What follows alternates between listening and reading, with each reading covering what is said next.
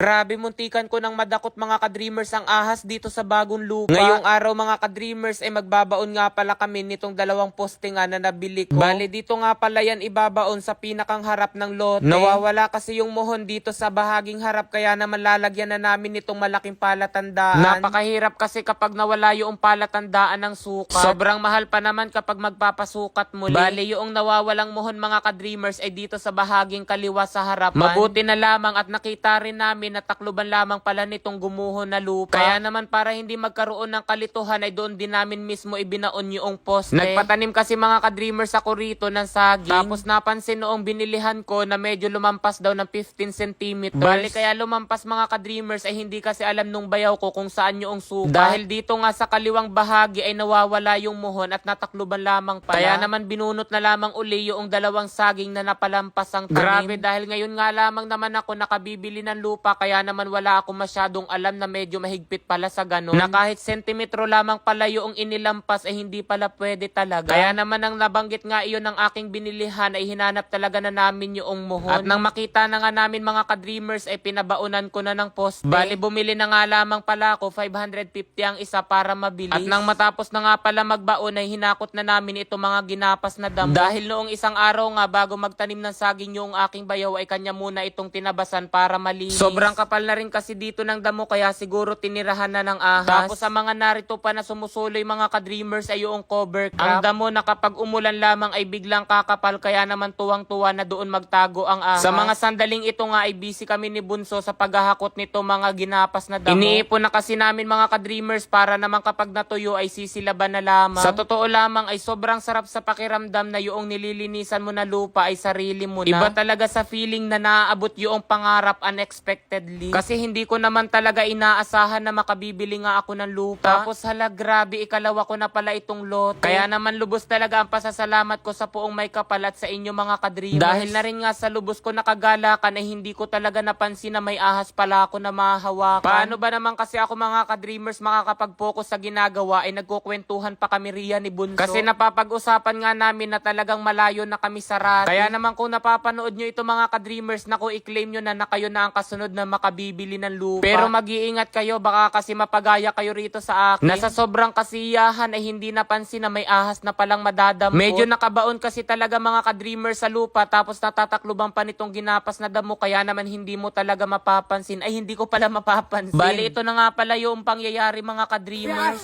Asan? Aso! Asan? Sino? Ayan. Asan? So yan. Patay na. Patay na. Patay na. Ito. Ate, ito. Oh, ito. Tingnan mo. Ito. Oh, ayan. Dahan-dahan lang, dahan-dahan.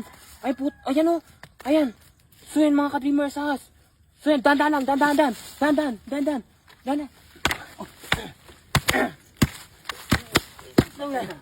Patay na. So yan, patay na. So yan, ito pala yung ahas mga ka-dreamers. Grabe, buti na lang nakita.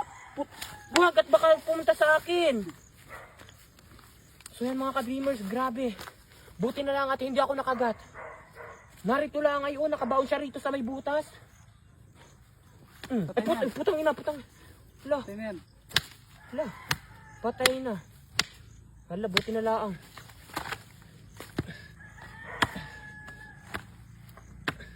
Yan, patay na.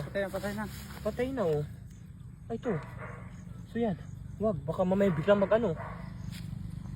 Yan. Nakapulupot pa siya mga ka-dreamers. Oh. Tingnan nyo. Grabe, buti na lang oh. So yan oh.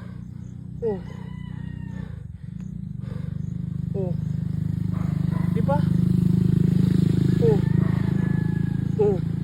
Grabe, buti na lamang mga ka-dreamers, laruan lang. Akala ko talaga ay tunay na ahas.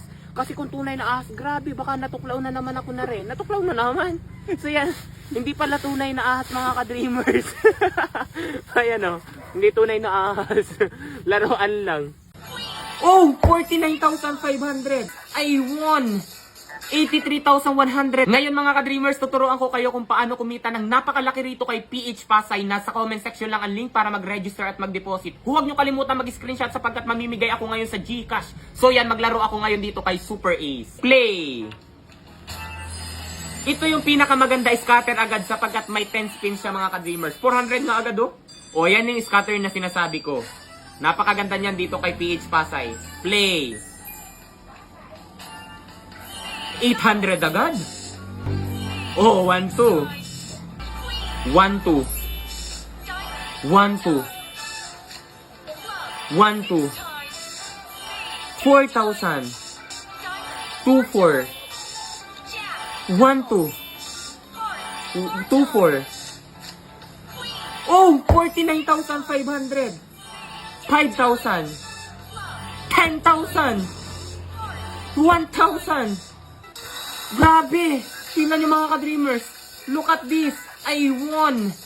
83,100. Ang akin lang tinaya, 200 pesos. Oh, di ba napakadali lamang talaga kumita rito kay PH Pasay. Kaya kung nais nyo rin kumita mga ka-dreamers, nasa comment section lang ang link para mag-register at mag-deposit. Huwag kalimutan mag-screenshot at ilagay sa comment section sapagkat mamimigay ako sapagkat nanalo nga ako. Daming sapagkat pero dahil ako'y tuwang-tuwa, mag-register at mag-deposit na kayo. Yun lang.